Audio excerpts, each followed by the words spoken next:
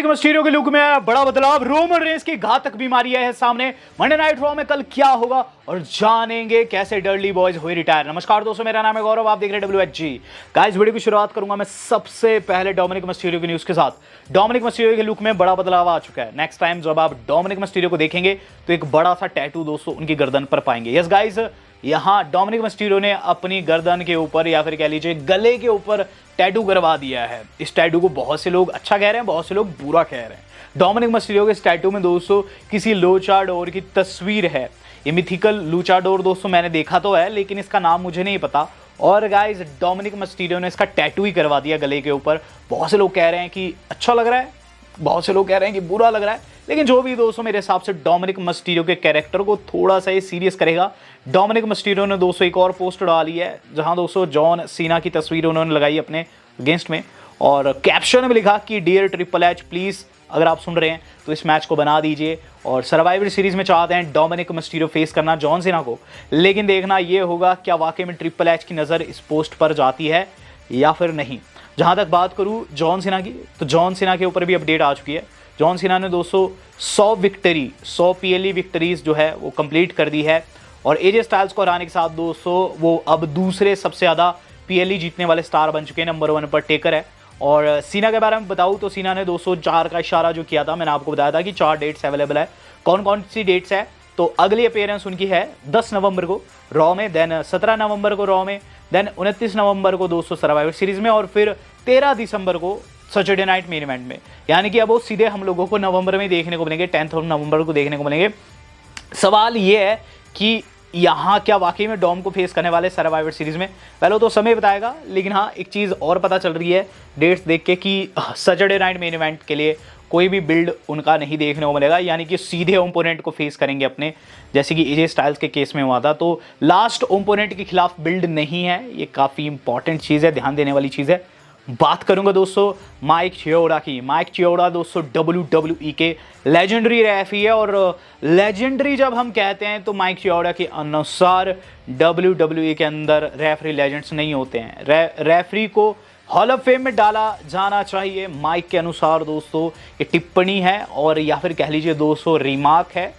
आपको बता दूं दोस्तों, हॉल ऑफ फेम में डाला जाता है अनाउंसर्स को, हॉल ऑफ फेम में डाला जाता है दोस्तों रेसलर्स को, हॉल ऑफ फेम में मैनेजर्स को भी डाला जाता है, इवन सेलिब्रिटीज़ को भी डाला जाता है WWE में, बट रेफरीज को नहीं डाला जाता। और माइक चियोडा के अनुसार यहाँ WWE वाले काफ़ी गलत करते हैं रेफरीज के साथ में, रेफरी को भी हॉल ऑफ फेम मिलना चाहिए। तो यहाँ माइक ने दोस्तों अलग ही टॉपिक छेड़ दिया है, लेकिन हाँ उनकी बातों में दम है। बहुत ऐसे लेजेंडरी रेफरी रहे हैं जिन्होंने WWE के अंदर अपनी अलग से जगह बनाई है।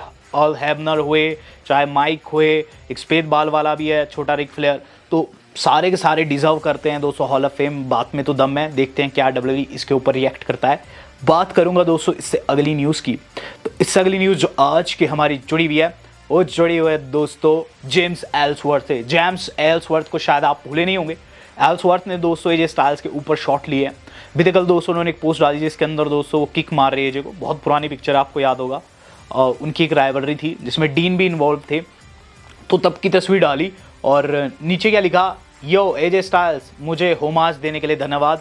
ऑब्वियसली तुमने शॉन को कभी फेस तो नहीं किया, तो ये शायद मेरी सुपर किक है, मेरी स्विच इन म्यूज़िक है जो कि मैंने तुम्हें हिट की थी। तो यहाँ दोस्तों काफ़ी आप कह सकते हैं लोग गए हैं जेम्स एल्सवर्थ, और एजे स्टाइल्स को चीज़ बिल्कुल भी पसंद नहीं आने वाली है कि एक जॉबर ने दोस्तों इस तरीके से फिर से स्पॉटलाइट छीनने की कोशिश की है। लेकिन हाँ मुझे काफ़ी फ़नी लगी ये पोस्ट, इसलिए मैं आपको बता रहा हूँ।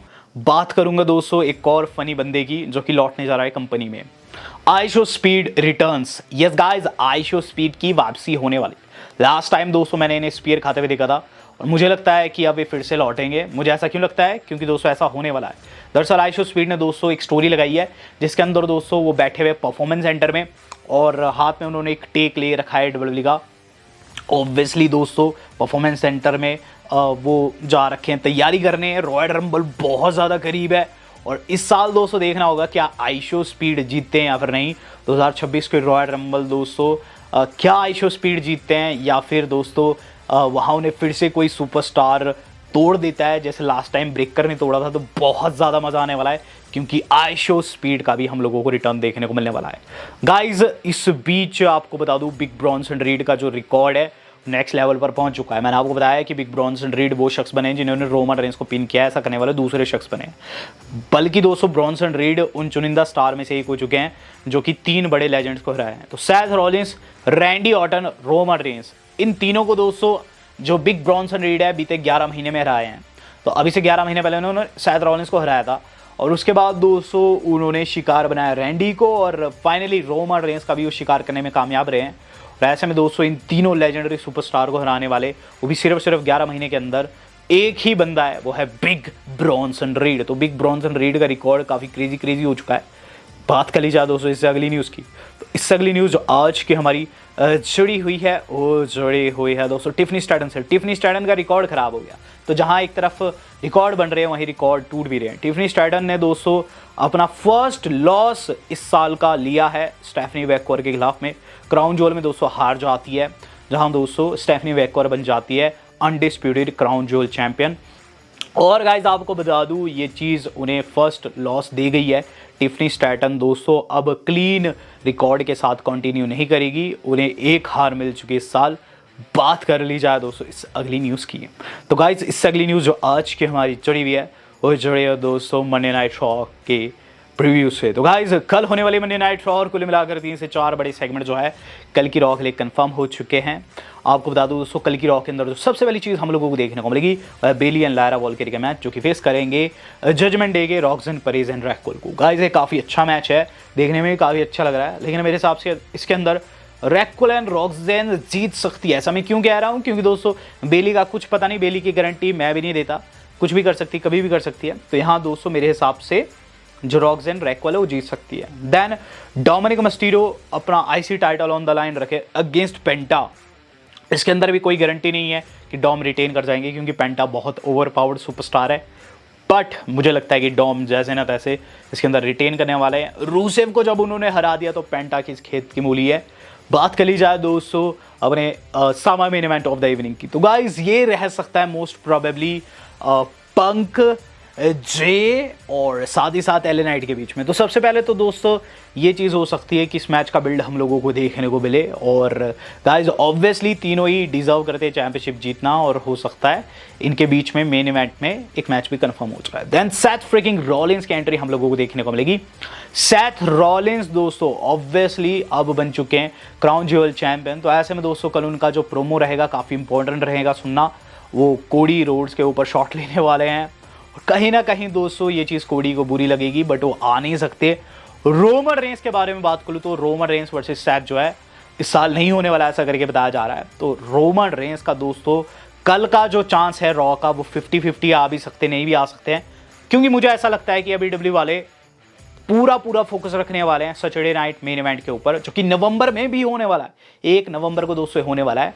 तो यहाँ दोस्तों चांस इस बात के ज़्यादा है कि कोई और आके पंक या फिर कोई और आकर रॉलिंस को कन्फ्रंट करेगा। वही बात करूँ रोमन रेंस की, तो अगर कोई स्टोरी लाइन कल देखने को मिलती है रोमन रेंस की, तो वो ऊसोस की तरफ से देखने को मिलेगी। ऊसोस को कह दिया है रोमन ने कि मुझे अपना चेहरा नहीं दिखाना, तो देखते हैं कल रोमन आते हैं या फिर नहीं, और अगर आते हैं तो ऊसोस को क्या कहते हैं।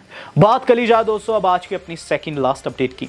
सेकंड लास्ट अपडेट जो आज की हमारी जुड़ी हुई है वो जुड़े दोस्तों डली बॉयज से, या फिर कह लीजिए टीएनए से। तो आज दोस्तों डली बॉयज रिटायर हो गए, बहुत ज़्यादा इमोशनल पल था। टीएनए के अंदर देखने को मिला बाउंड फॉर ग्लोरी, जिसके अंदर दोस्तों हार्डी बॉयज ने अपने एनएक्सटी और TNA title on the line रखे थे। उनके ओपोनेंट थे डडली बॉयज, और मैच था टेबल मैच।